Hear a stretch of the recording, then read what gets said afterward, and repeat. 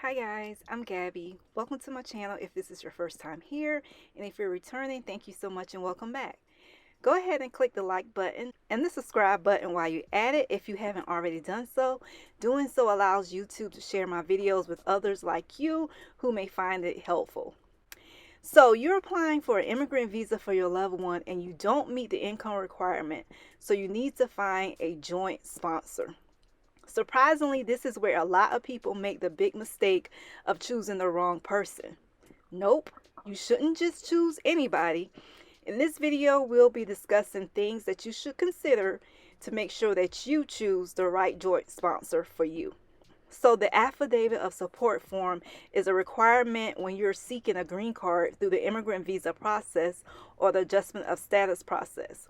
The petitioner has to submit an affidavit of support, but if he or she does not meet the income requirement, then a joint sponsor is needed. Oftentimes, people's first reaction is to ask a relative that has good income. But guys, be careful here when choosing, because it's not only about making a lot of money, there's other things you should consider as well. So let's talk about these things you should be looking further into when choosing a joint sponsor. The first thing you should be asking is this person a U.S. citizen or green card holder? To qualify to be a joint sponsor, the individual must be either a U.S. citizen or green card holder. Of course, you must too consider what their income is. The U.S. federal government requires that the joint sponsor meet certain income requirements. They calculate the joint sponsor's income based upon household size. The income requirements can be found on the Form I-864P HHS Poverty Guideline, which is a table that outlines the required income per household size. It's very important that the individual makes enough money, because if not, MVC will push back with a request for another joint sponsor. And speaking of household size, you should be taking into consideration the size of the joint sponsor's family as well, because the bigger the family size, the more income that is required. Additionally, you need to know if this individual filed their taxes for the past 3 years. With the affidavit of support, they will need to submit the most recent tax years as well as show income from all of the past 3 years. So if they haven't filed taxes, this would definitely be a no-go. Moreover, is this person your close family that you know well and trust? And most importantly, do they trust you? Think about it. You'll be asking this person to hand over confidential information such as their income and taxes. You don't want to pick someone to only later have to deal with pushback because the person is being difficult when you ask for information, or even worse, they refuse to give the information and then ask to be removed from the case. So definitely choose wisely here.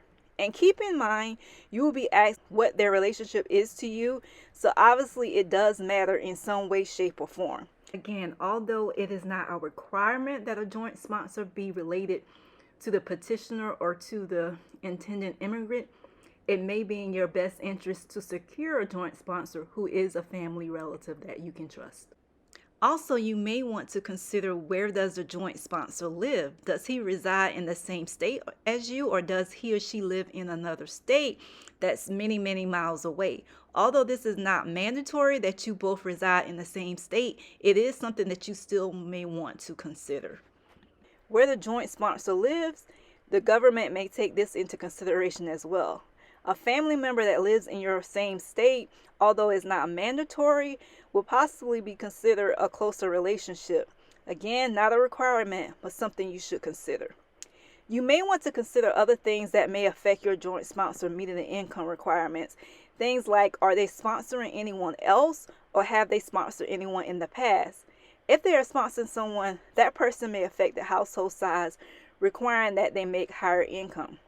If they have other obligations to the government, like having sponsored someone in the past, and let's say that that person still is a green card holder, then they are still responsible for this person.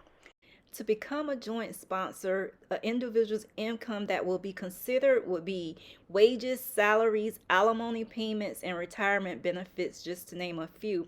So you want to ensure that this individual has ongoing income.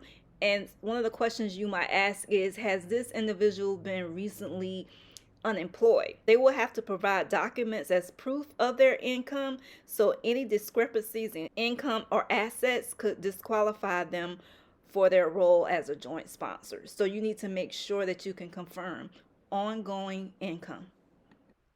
So a joint sponsor must meet all of the same requirements as a primary sponsor, and they cannot combine their income and assets with the primary sponsor in order to meet the minimum income requirements.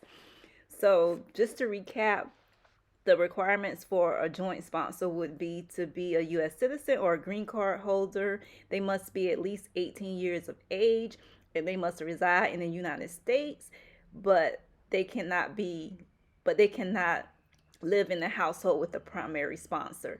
And they must have a total household income equivalent to at least 125% of the federal poverty guideline.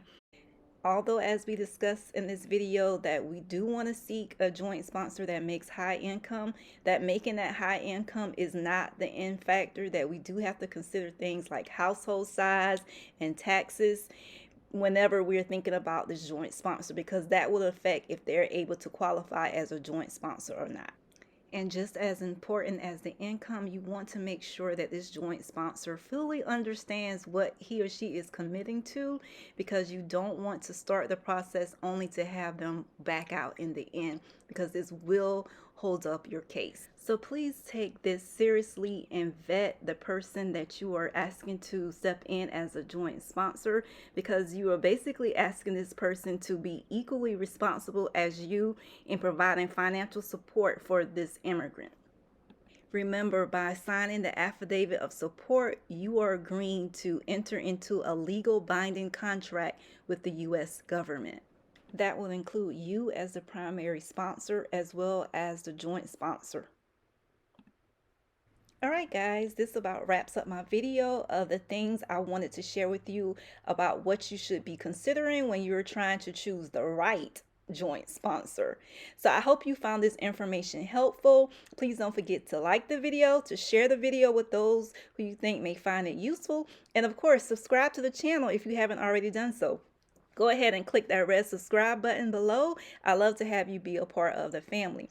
Also, as always, please leave comments below if you have any questions. And also, if you've already gone through this process, I love to know how it worked out for you. How did you go about choosing your joint sponsor? Was anything that I shared in this video you found to be right on? Is there anything you would like to add? Please do so, because this will help others that are watching this video as well. So again, thank you so much for watching, and I look forward to seeing you guys in the next video. Take care. Okay, bye.